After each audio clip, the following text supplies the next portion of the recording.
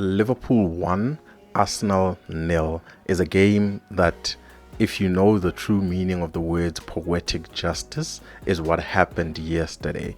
Arsenal came to Anfield, expected to stink it out, be as defensively solid as possible, park the bus in the most literal sense of that word, and expect to win by a cheeky set piece goal.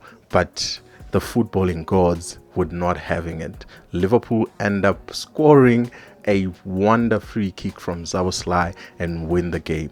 Now, when I saw the lineups for both teams, I was extremely surprised that Mikel Arteta went with such a defensive team. Remember that in their lineup, all four of their defensive line are basically centre backs, and this is something that is copied from Pep Guardiola. Instead of having true fullbacks, you have centre backs who can also play in those fullback positions. Now that's already four centre backs.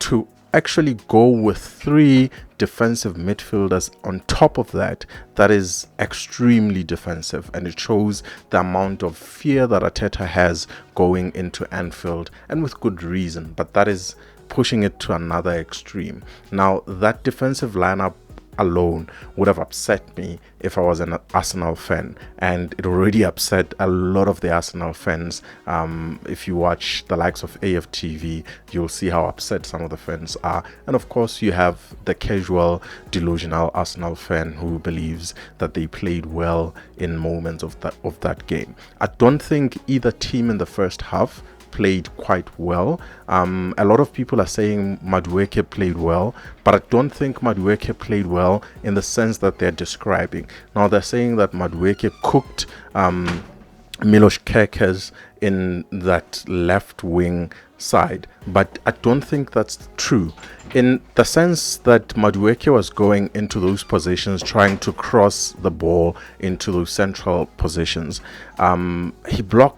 Milos Kerkez blocked almost every cross, almost every shot that Madueke attempted from those positions was blocked. Every cross was blocked as well. The only bit of trouble that Kerkez had in that position was when Dalman came in, and they basically doubled up and also nullified him as well. So to say that Milos Kerkez was cooked by Madueke is also not true in that sense. But what do you expect from the Arsenal fans? The only shot on target that they have, which came from Madueke, actually did not come from that position. It came from a second ball from a corner, had a tame shot that Alisson pushed away, and that's the shot on target that they had. Now, to be fair, we also didn't have much in terms of attacking possibilities, and to be fair, we couldn't really do much. I expected a bit more from our attackers, but they did very well to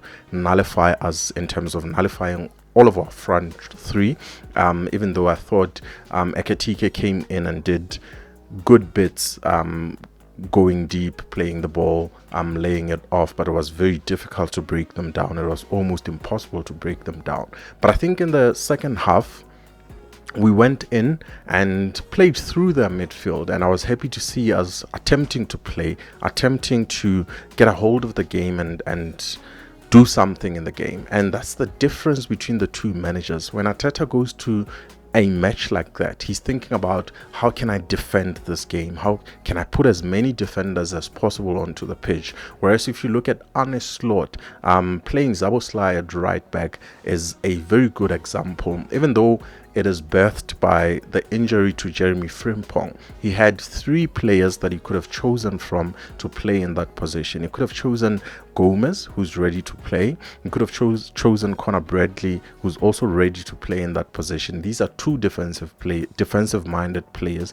He could have also chosen Endo to play in that position. Now, you can make excuses for some of these players in terms of maybe pace, in terms of other attributes, but one of the key differentiating factors between playing those three players or playing Szoboszlai in that position is the type of output that he's going to give you going forward as well. So Arne Slot thinking of, should I play a defender or should I play a midfielder who can also defend? I'd rather play a midfielder and have something going forward. Now that type of mentality gives something onto the players to say, we need to work really hard, but we have to give something going forward here in this game. Now, it was a very tight game, but overall, I think Liverpool, especially given the performance of the second half, edged the type of play we played.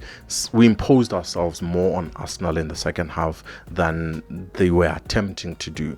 Now, Arteta brought on some reinforcements, brought on some attackers, but I think it was a very strange starting 11 from Arteta. And if I was an Arsenal fan, I'd be very frustrated with the type of lineup that Arteta went with, especially given the signing of Eze. Now, as Liverpool fans, Eze has played us more recently than Arsenal have played us, so you can't say that Eze wasn't ready for this type of game.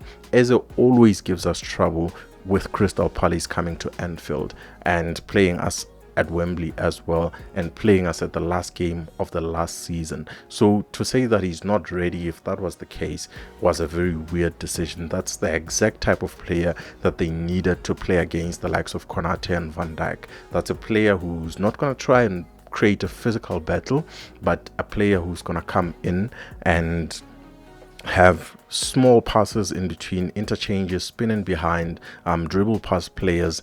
That's the type of player that our two centre backs don't really like playing against, and that was the problem with Mikel Arteta. But enough with Arteta. I thought Arne Slot handled this game very well, and it's characteristic of Arne Slot's Liverpool to read the game in the first half, keep it very simple in the first half, and come back stronger in the second half. We saw it in a lot of games last season. We would even go a goal behind in a lot of games last season and come back in the second half. I thought this is exactly the type of football that we played. We read them, tried to identify what they were trying to do, nullify everything, literally everything that they were trying to do. They had about 17 corners in that game and didn't really have a shot on target from the first ball coming from those corners, and it shows you how great our defenders, how ready they were to deal with those corners, to deal with every set piece that was coming.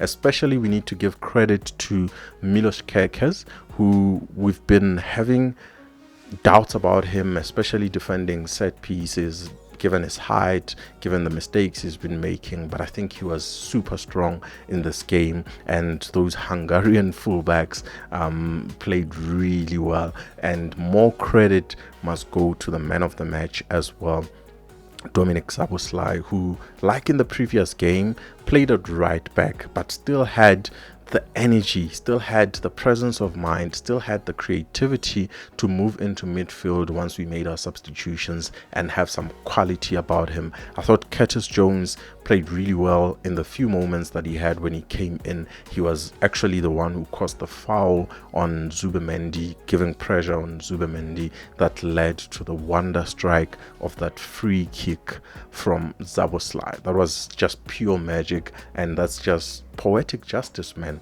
Arsenal wanted to keep it tight, to score from a set piece, and what happened? The game is tight. Liverpool scores from a wonder of a set piece. Now we go into the international break right now, but Liverpool have 3 wins in 3 games, 9 points from a possible 9, and we are top of the tree, and we are yet to play 100% of our football, and we are getting Mark Guehi, we are getting Alexander Isak today. It's just wonderful to be a Liverpool supporter in this moment. Please like this video, subscribe to the channel. Thank you.